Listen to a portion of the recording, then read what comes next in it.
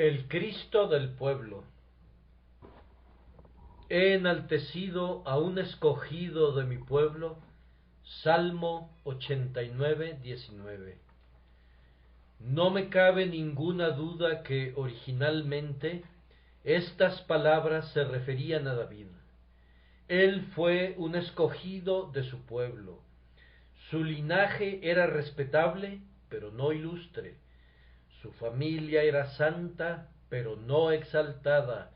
Los nombres de Isaí, Obed, Boaz y Ruth no evocaban recuerdos de realeza, ni motivaban pensamientos de antigua nobleza o de una gloriosa genealogía. En cuanto a David mismo, su única ocupación había sido la de un joven pastor, cargando a los corderos en su regazo, conduciendo tiernamente a las ovejas con sus crías, un joven sencillo que poseía un alma real, recta, de valor inconmovible, pero aún así un plebeyo, uno del pueblo. Pero esto no lo descalificaba para la corona de Judá. A los ojos de Dios, la procedencia de este joven héroe no era ninguna barrera para elevarlo al trono de la nación santa, como tampoco el más orgulloso admirador de castas y linajes se habría atrevido a insinuar siquiera alguna palabra en contra del valor, sabiduría, justicia del gobierno de este monarca del pueblo. No creemos que Israel o Judá hayan tenido jamás un gobernante mejor que David, y nos atrevemos a afirmar que el reino de uno escogido de mi pueblo eclipsó en gloria a los reinos de emperadores de alcurnia y de príncipes en cuyas venas corría la sangre de varios reyes.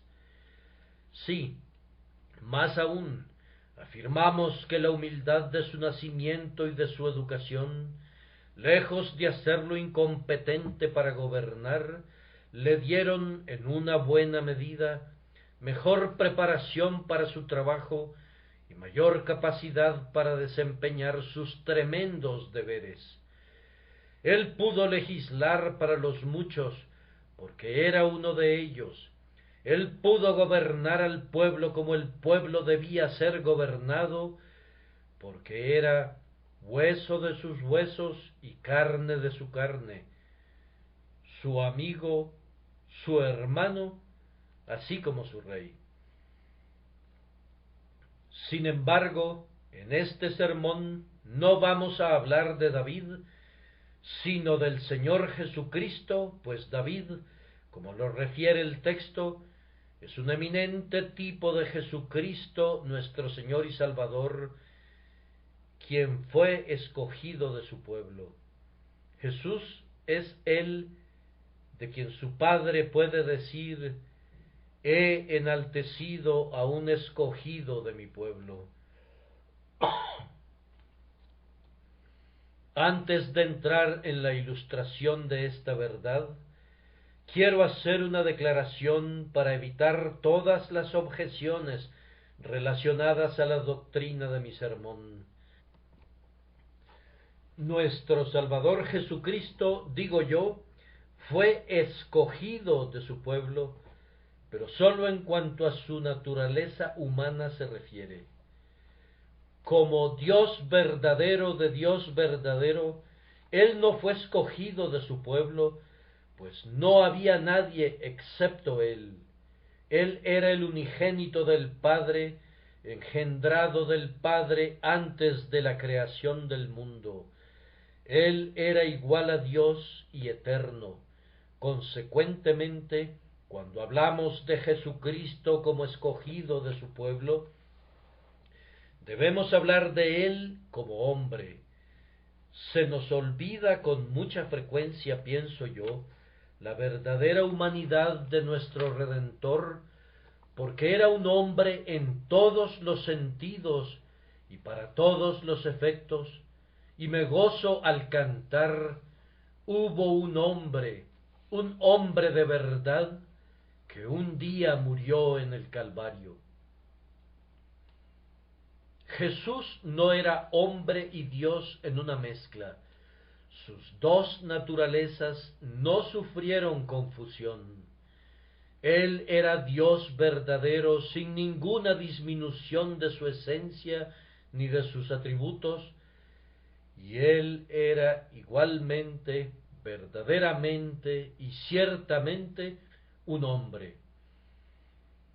Es como hombre que hablo de Jesús esta mañana.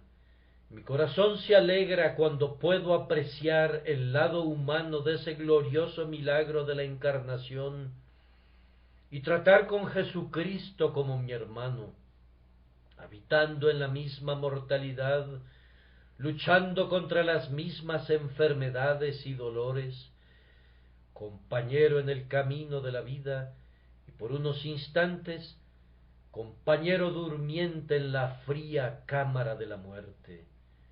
El texto menciona tres cosas. La primera, su extracción. Cristo era uno del pueblo. La segunda, su elección. Él fue escogido de su pueblo. La tercera, la exaltación de Cristo. Él fue exaltado. Pueden ver que he escogido tres palabras que comienzan con la letra E para facilitar que las recuerden mejor: extracción, elección y exaltación. Vamos a comenzar con la extracción de nuestro Salvador. Hemos tenido muchas quejas en esta semana y durante las últimas semanas en los periódicos con respecto a las familias. Somos gobernados, y de acuerdo con la firme creencia de la gran mayoría de nosotros, muy mal gobernados por ciertas familias aristocráticas. No somos gobernados por hombres escogidos del pueblo como debería ser. Y ese es un error fundamental en nuestro gobierno, que nuestros gobernantes, aun siendo elegidos por nosotros, difícilmente podrían algún día ser elegidos de entre nosotros. Hay familias que ciertamente no poseen el monopolio de la inteligencia o de la prudencia, pero que parecen tener la patente para ser promovidas, mientras que por otro lado un hombre, uno cualquiera, un comerciante con algo de sentido común, no puede llegar al gobierno. No soy un político, ni me dispongo a predicar un sermón político, pero debo expresar mi simpatía con la gente y mi gozo de que nosotros como cristianos somos gobernados por uno escogido de mi pueblo. Jesucristo es el hombre del pueblo. Él es el amigo del pueblo, sí, uno de ellos. Aunque Él está sentado en lo alto en el trono de su Padre, Él fue uno escogido de mi pueblo. Cristo no debe ser llamado el Cristo de los aristócratas. Él no es el Cristo de los nobles. Él no es el Cristo de los reyes.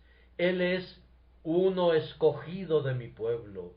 Este es el pensamiento que anima los corazones de la gente y debería atar sus almas en unidad con Cristo y la santa religión de la que Él es el autor y el consumador. Vamos a martillar sobre esta pepita de oro para convertirla en una lámina y vamos a inspeccionar muy de cerca su verdad. Cristo, por su mismo nacimiento, fue uno del pueblo. Ciertamente nació de estirpe real. María y José eran ambos de linaje real, aunque su época de gloria había pasado. Un extraño se sentaba en el trono de Judá, mientras el heredero legítimo trabajaba con un martillo y una pala. Observen bien el lugar de su nacimiento. Nacido en un establo, tuvo por cuna un pesebre donde comían unos bueyes de largos cuernos. Su única cama era el forraje, y sus sueños eran interrumpidos a menudo por el apetito de las bestias. Jesús era un príncipe de nacimiento, pero ciertamente no tenía el séquito que corresponde a los príncipes para que le sirviera. No estaba vestido con mantos de púrpura, ni envuelto en ropajes bordados. Sus pies no pisaron los salones de los reyes, sus sonrisas infantiles no honraron los palacios hechos de mármol de los monarcas. Observen a los visitantes que estaban alrededor de su cuna. Unos pastores fueron los primeros en venir. Nos damos cuenta que nunca perdieron el rumbo. No, Dios guía a los pastores, y Él también guió a los magos, pero estos sí se extraviaron.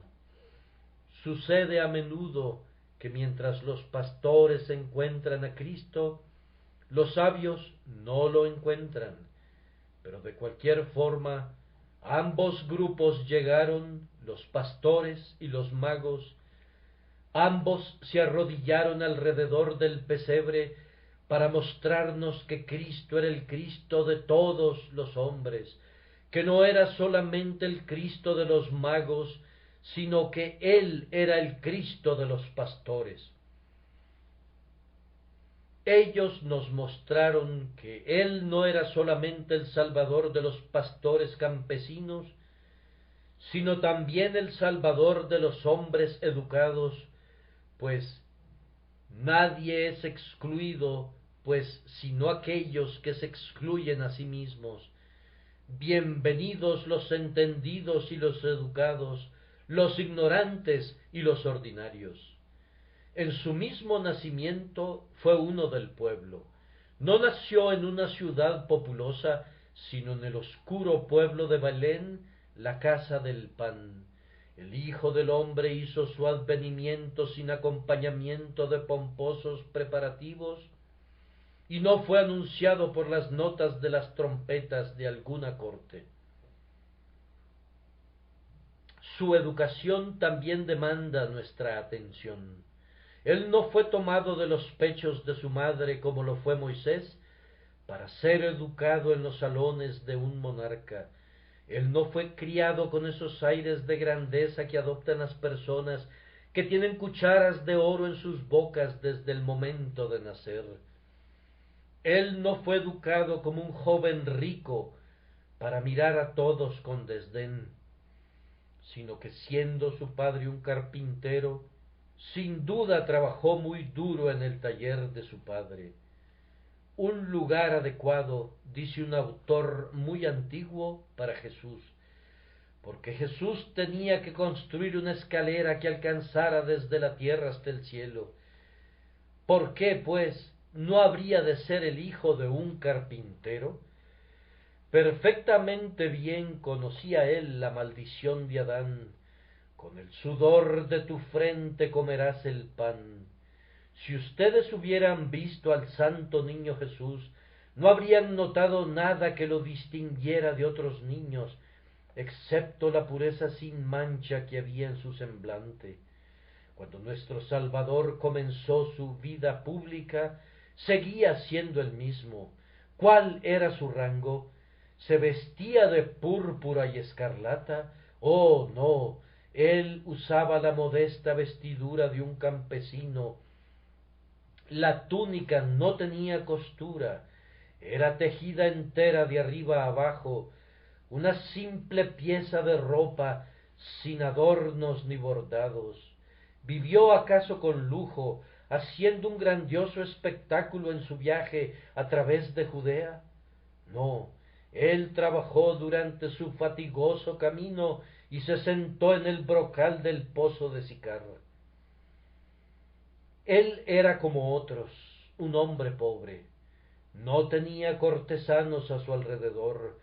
Sus compañeros eran pescadores, y cuando él hablaba, ¿acaso lo hacía con palabras suaves que fluían como aceite? ¿Caminaba él con pasos elegantes como el rey de Amalec? No, A menudo hablaba como el severo Elías. Lo que quiso decir lo dijo, y quiso decir lo que dijo. Hablaba a la gente como un hombre del pueblo. Nunca se inclinó frente a los grandes hombres. No supo lo que era inclinarse o ceder. Se detuvo y lloró. Ay de vosotros, escribas y fariseos, hipócritas. Ay de vosotros, sepulcros blanqueados.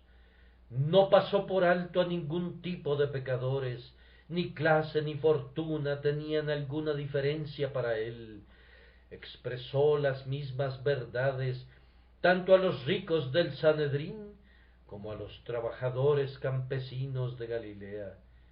Él era uno escogido de mi pueblo. Fíjense en su doctrina. Jesucristo era uno del pueblo en su doctrina. Su evangelio no fue nunca el evangelio de un filósofo, ya que no es difícil de comprender. Nunca consentirá ser enterrado en medio de palabras difíciles y frases técnicas.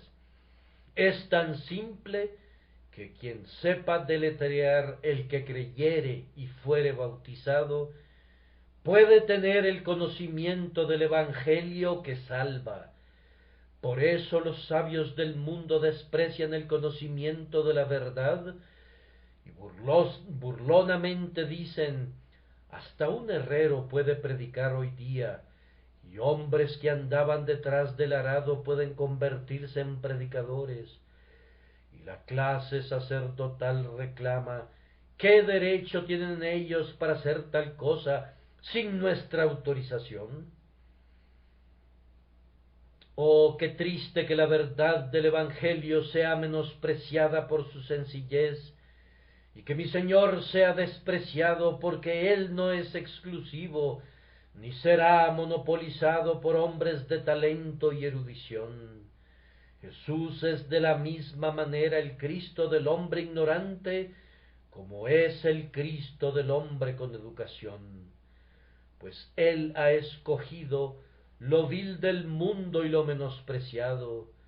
Ah, por mucho que amo la ciencia verdadera y la sólida educación, me lamento y me duelo, ya que nuestros ministros están diluyendo a tal grado la palabra de Dios con su filosofía, deseando ser predicadores intelectuales, pronunciando sermones que sirvan de modelo. Sus sermones son adecuados para un salón lleno de estudiantes universitarios y profesores de teología, pero sin ninguna utilidad para las masas, pues no tienen sencillez, calor, sinceridad, ni una sólida sustancia evangélica. Me temo que nuestra educación universitaria de poco aprovecha a nuestras iglesias, puesto que con frecuencia sirve para apartar las simpatías de los jóvenes por la gente y los une a los pocos intelectuales y ricos de la iglesia. Es bueno ser un ciudadano de la República de las Letras, pero es mucho mejor ser un ministro eficaz del reino de los cielos. Es bueno tener la habilidad de algunas mentes grandiosas para atraer a los poderosos, pero el hombre más útil seguirá siendo aquel que, como Whitefield, usa el lenguaje de la calle. Es una triste realidad que las altas posiciones y el Evangelio rara vez están de acuerdo, y más aún, deben saber que la doctrina de Cristo es la doctrina del pueblo. No tenía el propósito de ser el evangelio de una casta, de algún grupo privilegiado o de una clase determinada dentro de la comunidad. El pacto de la gracia no es ordenado para hombres de un nivel especial, sino que están incluidos alguno de cada una de las clases. Hubo unos cuantos ricos que siguieron a Jesucristo en su día, y eso sucede en la actualidad. María, Marta y Lázaro eran ricos, y también la esposa del mayordomo de Herodes, con algunos otros de la nobleza. Estos, sin embargo, no eran más que unos cuantos. Su congregación estaba formada por las clases más bajas, las masas, el pueblo. La gran multitud le escuchaba con gusto, y su doctrina no daba lugar a distinciones, sino que colocaba a todos los hombres como pecadores por naturaleza en una igualdad a los ojos de Dios. Uno es su Padre, uno solo es vuestro Maestro, y todos vosotros sois hermanos. Estas fueron palabras que él enseñó a sus discípulos mientras vivió en la tierra. Él era el espejo de la humildad y demostró ser el amigo de los hijos pobres de la tierra y el amante de la humanidad. Oh ustedes, orgullosos porque tienen sus bolsillos llenos. Oh ustedes que no pueden tocar a los pobres ni siquiera con la punta de sus blancos guantes. Ah, ustedes con sus mitras y sus báculos. Ah, ustedes con sus catedrales y ornamentos espléndidos. Este es el hombre al que ustedes llaman Señor, el Cristo del pueblo, uno del pueblo, y aun así ven desde arriba con desprecio a la gente. Ustedes los desprecian. ¿Qué son ellos en opinión de ustedes? El rebaño común, la multitud.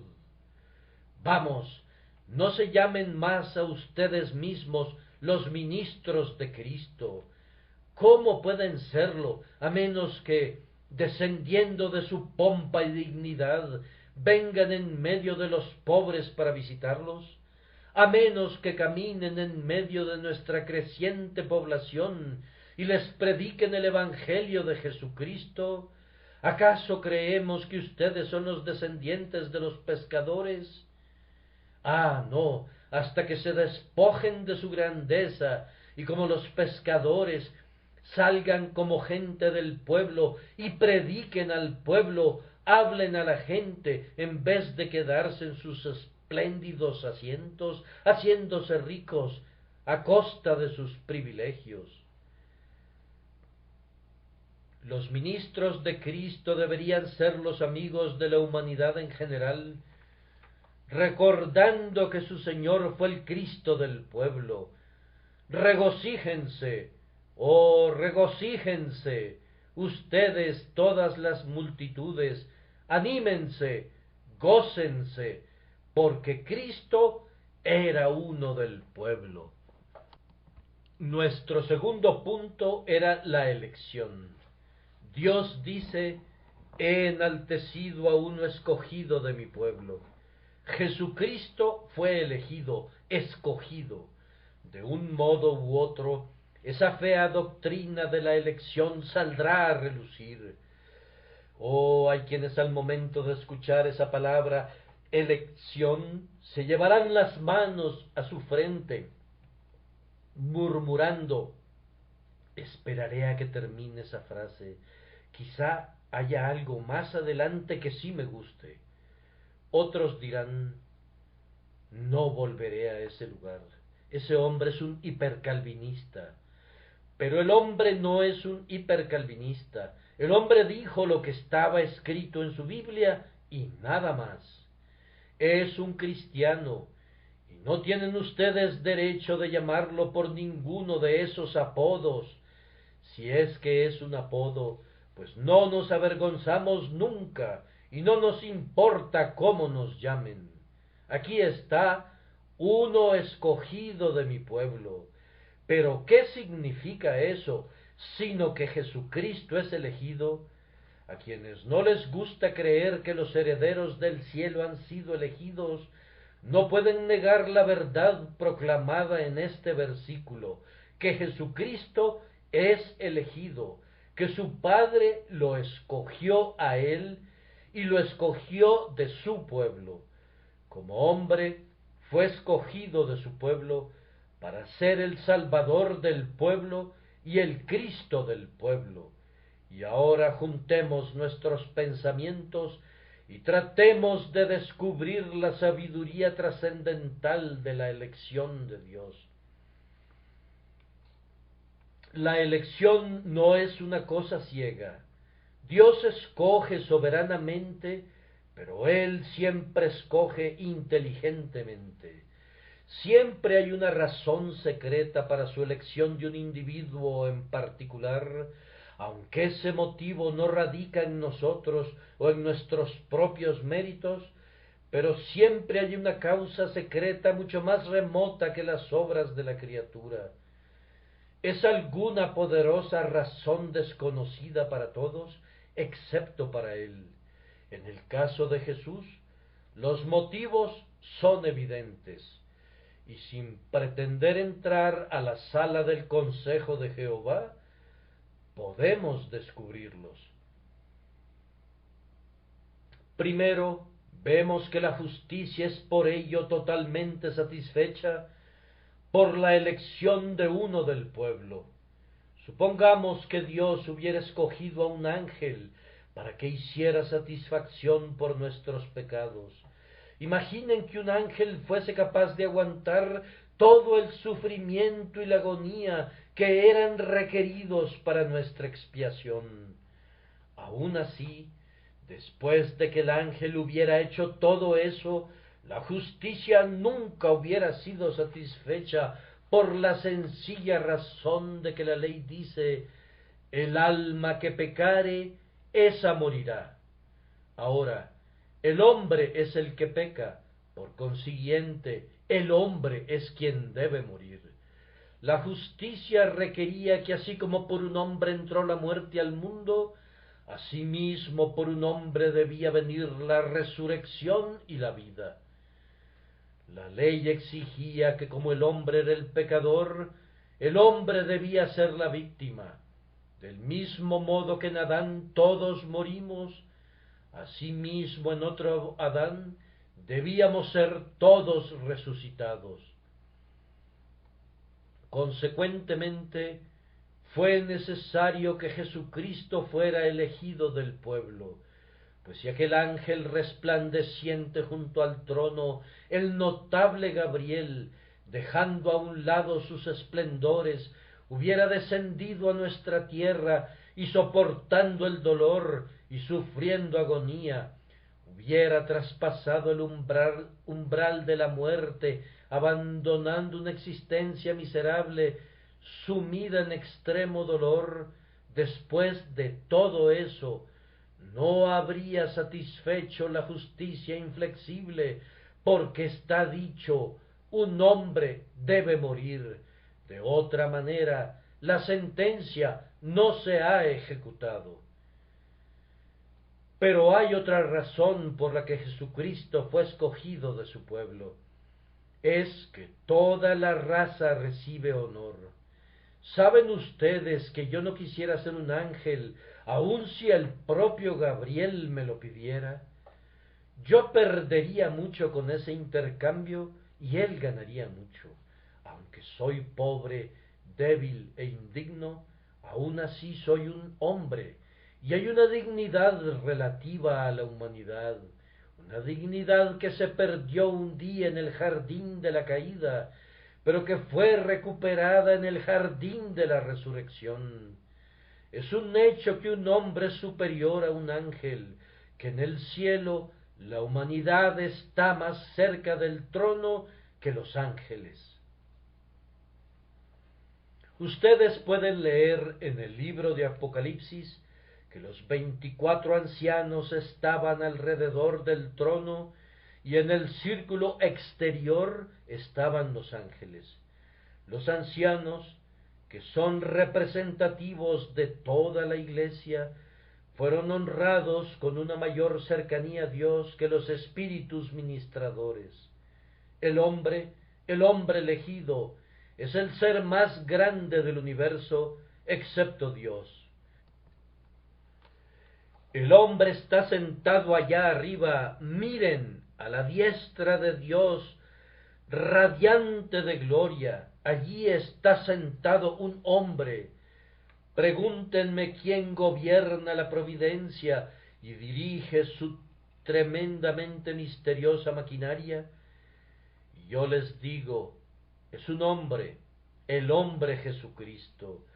Pregúntenme quién ha atado los ríos en cadenas de hielo durante los últimos meses, liberándolos luego de los grilletes del invierno. Yo les digo que un hombre lo ha hecho, Cristo. Pregúntenme quién vendrá a juzgar a la tierra en justicia, y yo les digo que un hombre real y verdadero, sostendrá la balanza del juicio y llamará a todas las naciones a su alrededor. ¿Y quién es el canal de la gracia? ¿Quién es el emporio de toda la misericordia del Padre? ¿Quién es el que recoge todo el amor del pacto? Yo respondo que un hombre, el hombre Jesucristo. Y Cristo, siendo un hombre, te ha exaltado a ti y me ha exaltado a mí y nos ha puesto en los lugares más elevados. Él nos hizo en el principio un poco menores que los ángeles y ahora, a pesar de nuestra caída en Adán, nos ha coronado a sus elegidos con gloria y honor, y nos hizo sentar en los lugares celestiales en Cristo Jesús, para mostrar en las edades venideras las superabundantes riquezas de su gracia por su bondad hacia nosotros en Cristo Jesús. Pero, hermanos míos, contemplemos con una mirada más dulce que esa. ¿Por qué fue Él escogido de su pueblo? Habla, corazón mío. ¿Cuál es la primera razón que se te viene a la cabeza? Pues los pensamientos del corazón son los mejores pensamientos. Los pensamientos de la cabeza son, a menudo, buenos para nada, pero los pensamientos del corazón, los profundos ensueños del alma, estos no tienen precio, son como perlas de Ormuz. Los poemas de un humilde poeta, siempre y cuando surjan de su corazón, agradarán mejor las cuerdas de mi alma que las manifestaciones sin vida del puro cerebro. Vamos a ver, cristianos, ¿cuál creen ustedes que es la dulce razón para la elección de su Señor, siendo Él uno de su pueblo? ¿Acaso no es esta, que Él pueda ser mi hermano en la bendita unión de su misma sangre? Oh, qué relación hay entre Cristo y el creyente. El creyente puede decir, hay uno sobre todos los demás, que bien merece el nombre de amigo. Su amor es fiel, más que el de un hermano. Su amor es libre y no tiene ningún límite. Tengo un grandioso hermano en el cielo.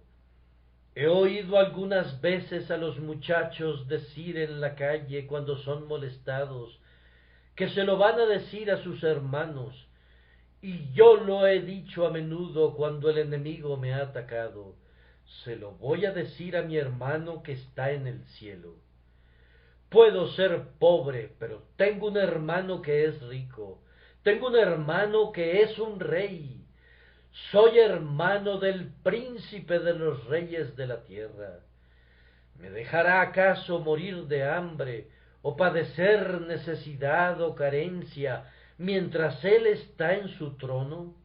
Oh, no, Él me ama, Él tiene sentimientos fraternales hacia mí, Él es mi hermano, pero más que eso, piensa, oh creyente, Cristo no es simplemente tu hermano, sino que Él es tu esposo.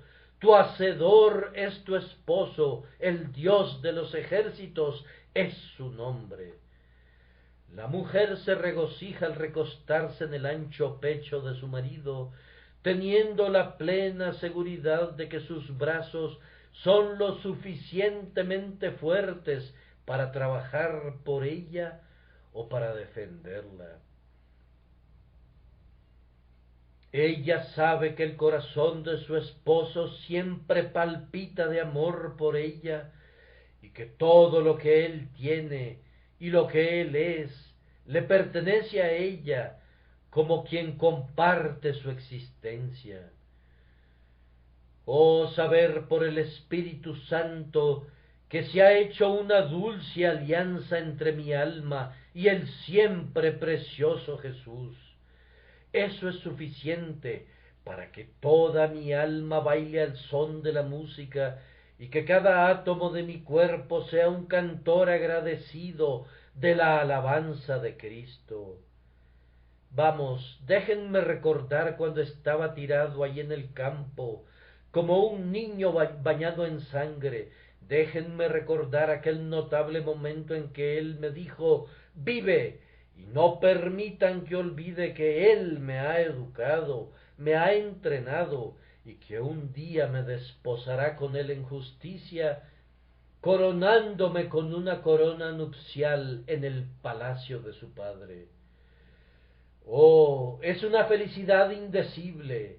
No me sorprende que este pensamiento haga vacilar mis palabras al pronunciarlo.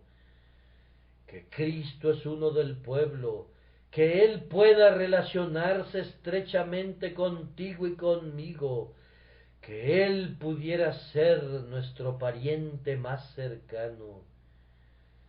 Con lazos de sangre, con los pecadores, uno, nuestro Jesús, ha ido a la gloria, a todos sus enemigos arrojó a la ruina, al pecado, a Satán, a la tierra, al infierno, al mundo.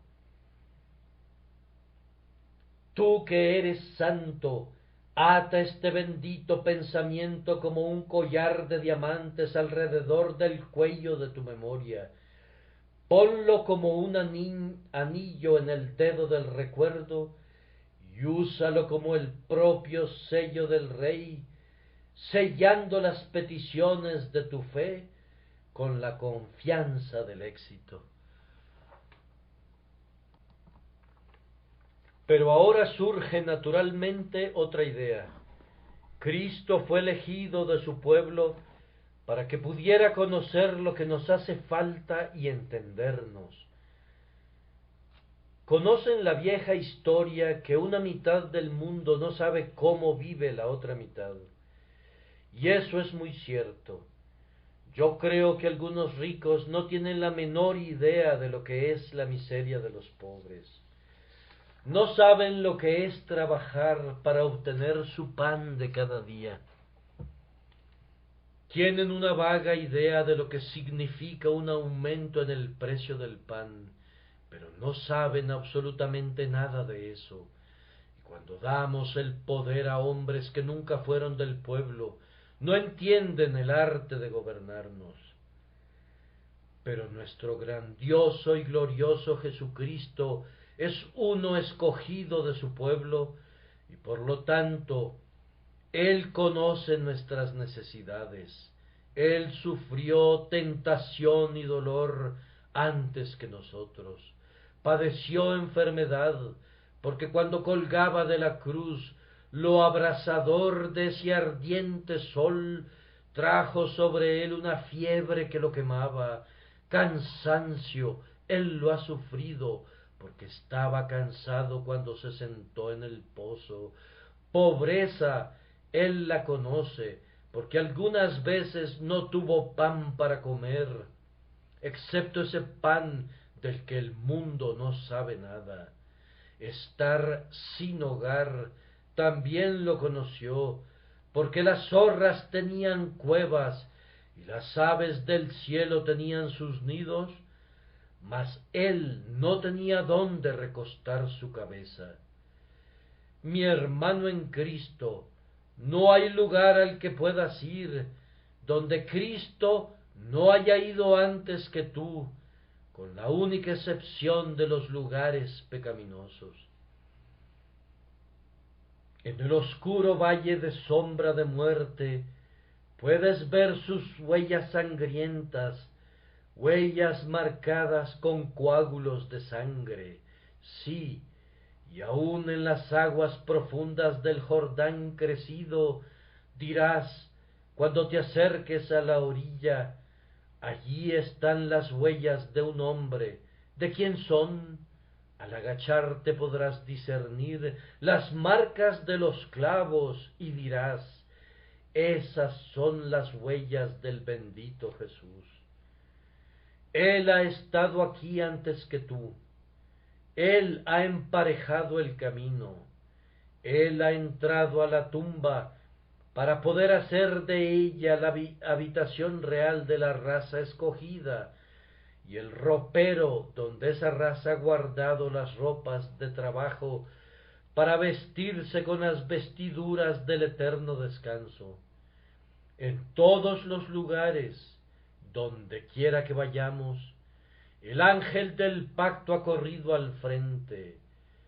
Cada carga que tenemos que llevar ha sido previamente puesta sobre los hombros de Emanuel. Su camino fue mucho más difícil y más oscuro que el mío. Mi Señor Jesucristo sufrió, ¿y yo me quejaré? Estoy hablando a aquellos que se encuentran en medio de difíciles pruebas. Querido compañero de viaje, anímate. Cristo ha consagrado el camino y ha convertido el camino angosto en el propio camino del Rey hacia la vida. Un pensamiento más antes de pasar al tercer punto. Hay una pobre alma por allí, deseosa de venir a Jesús, pero tiene grandes dificultades por temor de no poder venir de la manera adecuada. Yo conozco a muchos cristianos que dicen, bueno, yo espero haber venido a Cristo, pero me temo que no lo hice en la forma apropiada. Hay una pequeña anotación para uno de los himnos al pie de la página en la colección de himnos del señor Denham que dice, algunas personas temen no poder venir a Cristo en la forma correcta. Ahora, ningún hombre puede venir a Cristo a menos que el Padre le envíe, de modo que yo entiendo que si vienen a Él, no pueden venir de manera inapropiada.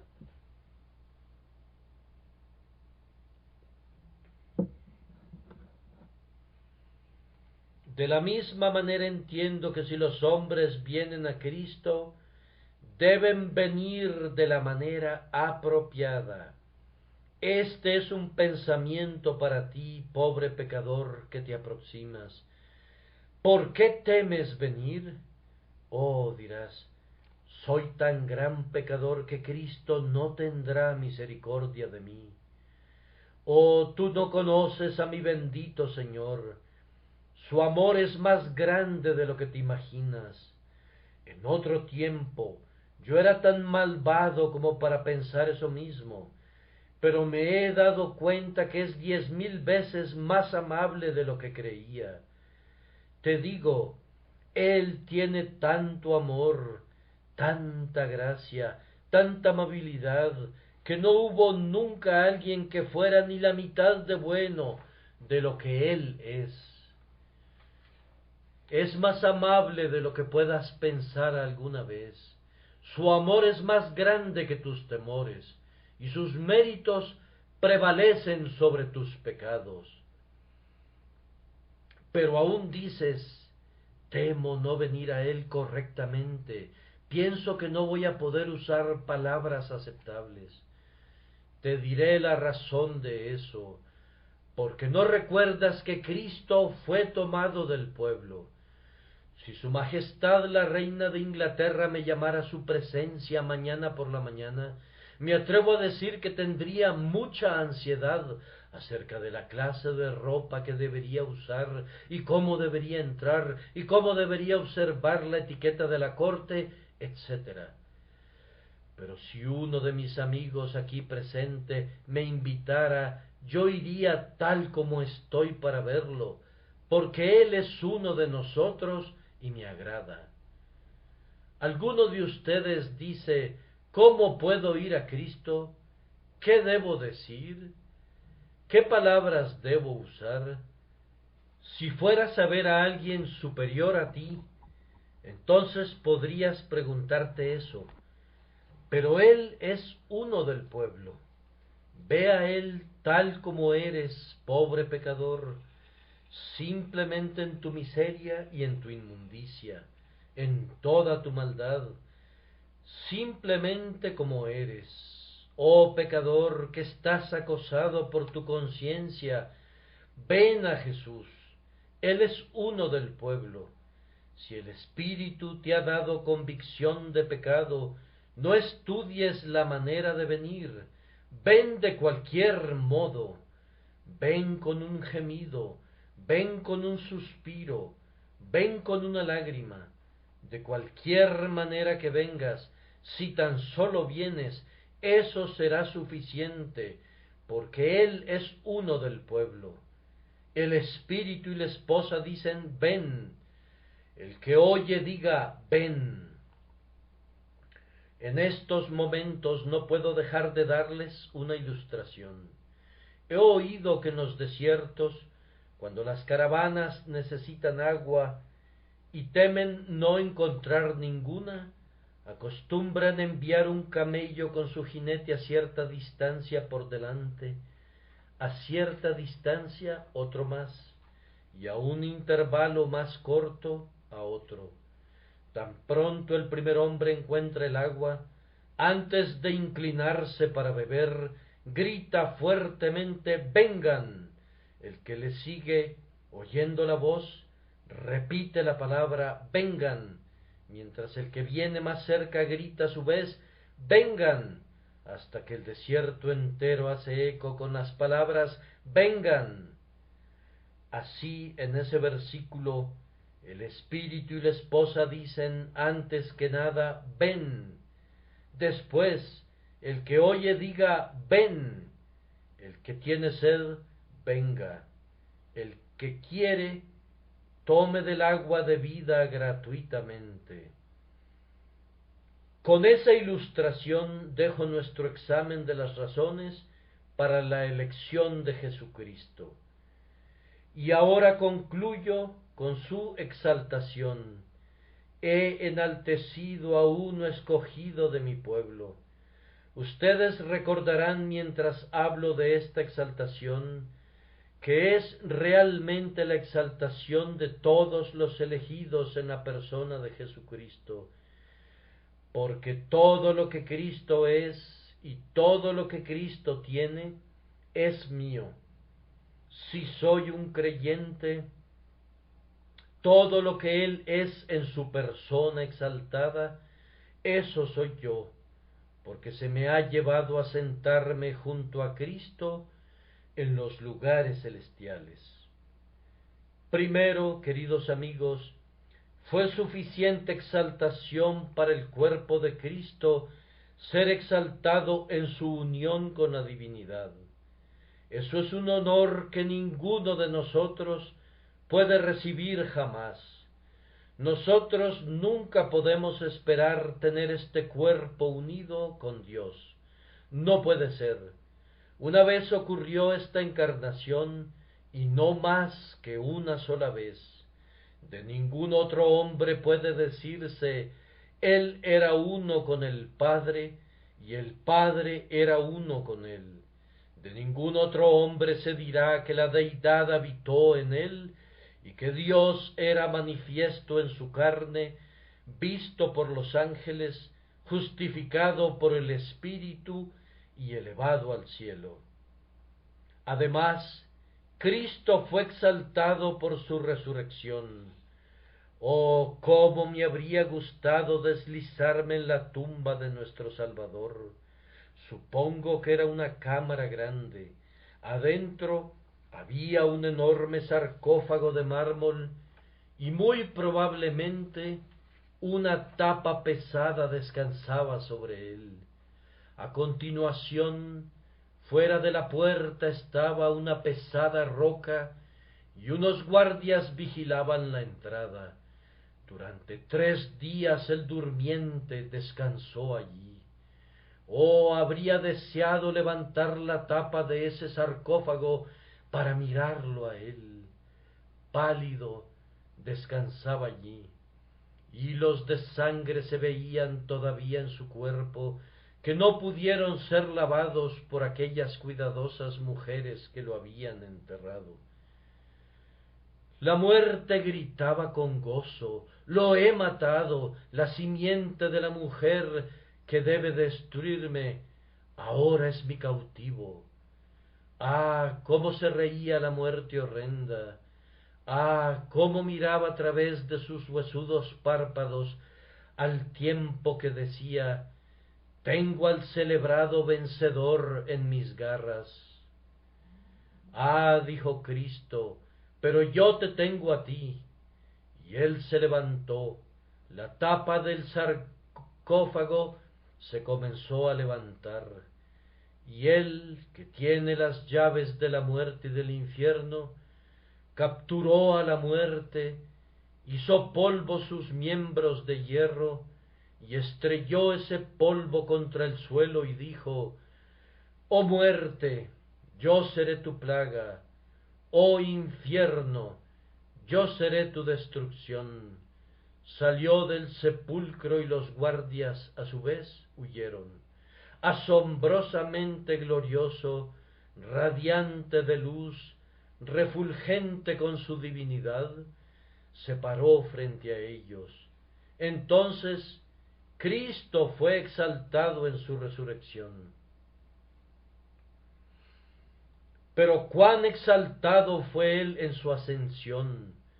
Salió de la ciudad hacia la cima del monte, sus discípulos atentos a él, mientras esperaba el momento señalado. Observen su ascensión. Despidiéndose de todo el círculo, fue subiendo gradualmente, ascendiendo como se levanta la bruma del lago o la nube del río vaporoso. Él se remontó a los cielos por su propio poder de elevarse, y su poderosa elasticidad ascendió a las alturas, no como Elías, llevado por caballos de fuego, no como Enoc en la antigüedad. No podría decirse que desapareció, porque Dios se lo llevó. Él ascendió por sí mismo, y conforme subía, me imagino a los ángeles que contemplaban desde las murallas del cielo y exclamaban: vean, viene el héroe conquistador. A medida que se acercaba más, gritaban de nuevo: vean, viene el héroe conquistador. Así su jornada por las llanuras del espacio se completaba. Se acerca a las puertas del cielo. Los ángeles atentos exclaman: levantad, oh puertas, vuestras cabezas; levantaos, oh puertas eternas. Las huestes gloriosas apenas se preguntan: ¿quién es este Rey de gloria? Cuando de millares de lenguas corre un océano de armonía, tocando a las puertas de perlas con poderosas olas de música y abriéndolas de golpe. Jehová, el fuerte y poderoso, Jehová, el poderoso en la batalla. He aquí las barreras de los cielos han sido abiertas de par en par, y los querubines están apresurando a recibir a su monarca. Trajeron su carruaje de lo lejos para llevarlo a él a su trono. Batieron sus alas triunfantes y dijeron: la obra del Salvador está hecha. Miren, él marcha por las calles, vean cómo los reinos y potestades caen delante de él. Se colocan coronas a sus pies, y su padre dice: bien hecho, hijo mío, bien hecho. mientras el cielo hace eco con el grito de bien hecho, sube a ese elevado trono, al lado de la paternal deidad. He enaltecido a uno escogido de mi pueblo. La última exaltación de Cristo que voy a mencionar es aquella que ha de venir cuando Él se siente en el trono de su padre David y juzgue a todas las naciones. Observarán que he omitido la exaltación que Cristo ha de tener como Rey de este mundo durante el milenio. No profeso entenderlo y por lo tanto lo voy a dejar de lado. Pero yo creo que Jesucristo ha de venir sobre el trono del juicio y todas las naciones serán reunidas delante de Él. Él separará a los unos de los otros, como cuando el pastor separa las ovejas de los cabritos. Pecador, tú crees que hay un juicio.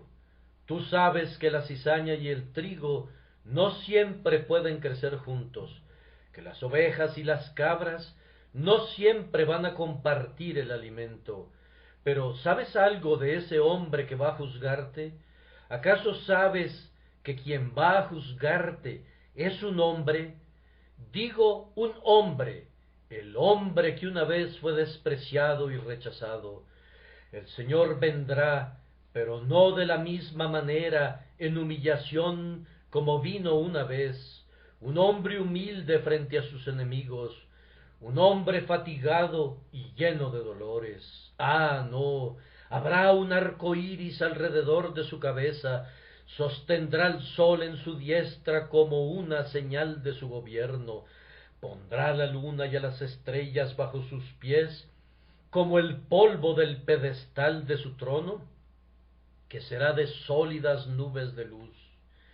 Los libros serán abiertos, esos enormes libros que contienen las obras de los vivos y de los muertos.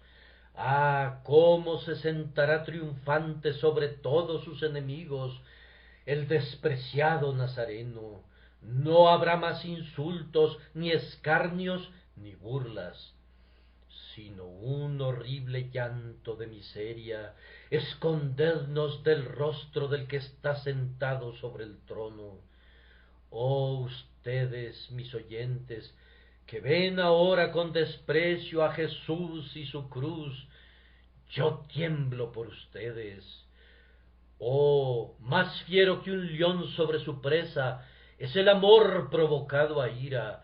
Oh despreciadores, les advierto sobre aquel día en que el plácido rostro del varón de dolores esté tejido con enojo, cuando los ojos que una vez fueron humedecidos con las gotas de rocío de la compasión, arrojen relámpagos sobre sus enemigos, y las manos que una vez fueron clavadas a la cruz para nuestra redención, empuñen el rayo para la condenación de ustedes, mientras la boca que una vez dijo, venid a mí, todos los que estáis fatigados, pronunciará con palabras más fuertes y más terribles que la voz del trueno, apartaos de mí, malditos, pecadores. Ustedes podrán pensar que es una cosa sin mayor importancia pecar contra el hombre de Nazaret, pero se van a dar cuenta que haciendo eso han ofendido al hombre que juzgará a la tierra en justicia, y por su rebelión sufrirán olas de tormento en el océano eterno de su ira. Que Dios los libre de esa condenación, pero les estoy advirtiendo de ello. Todos ustedes han leído la historia de aquella dama que en el día de su boda subió las escaleras y viendo un antiguo ropero, con ánimo de diversión y travesura, se metió dentro, pensando en esconderse allí por una hora para que sus amigos la buscaran. Pero había una cerradura ahí oculta, y al cerrarse la dejó encerrada para siempre. Nadie la pudo encontrar sino después de transcurridos muchos años. Cuando un día estaban moviendo ese viejo ropero, encontraron los huesos de un esqueleto con un anillo de brillantes por aquí y otros adornos por allá. Ella había entrado allí por diversión y alegría, pero fue encerrada para siempre. Jóvenes hermanos y hermanas, cuídense de no ser encerrados para siempre por sus pecados. Una copa jovial, eso es todo. Un juego momentáneo, pensó ella, pero hay una cerradura secreta que está al acecho. Una sola visita a esa casa de mala reputación, un pequeño desvío del camino recto, eso es todo. Oh, pecador, eso es todo.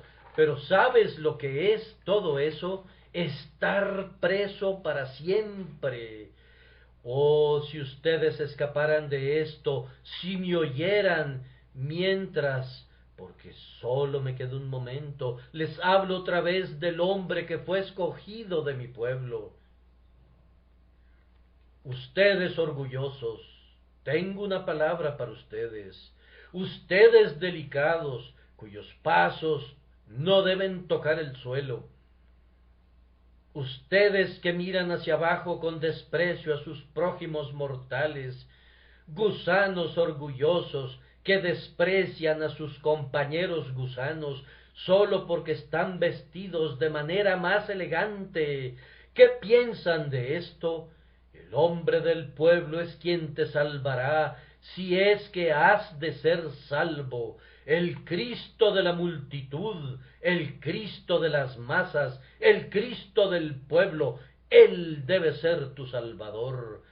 Debes humillarte, hombre orgulloso, tú debes inclinarte, mujer soberbia. Debes hacer a un lado toda tu pompa, o de lo contrario nunca serás salvo, porque el Salvador del pueblo debe ser tu Salvador. Pero al pobre pecador tembloroso, cuyo orgullo ha desaparecido, le repito la reconfortante seguridad: evitarás el pecado, evitarás la maldición. Mi Señor me pide que diga esta mañana: venid a mí, todos los que estáis fatigados y cargados, y yo os haré descansar. Recuerdo lo que decía una santa anciana. Alguien estaba hablando de la misericordia y del amor de Jesús, y concluyó diciendo: ah, ¿acaso no es sorprendente? Ella dijo: no, no lo es. Pero ellos dijeron que sí lo era. Vamos, dijo ella, simplemente así es Él, así es Él. Ustedes preguntan: ¿acaso pueden creer semejante cosa de una persona? Oh, sí, puede decirse, esa es sencillamente su naturaleza.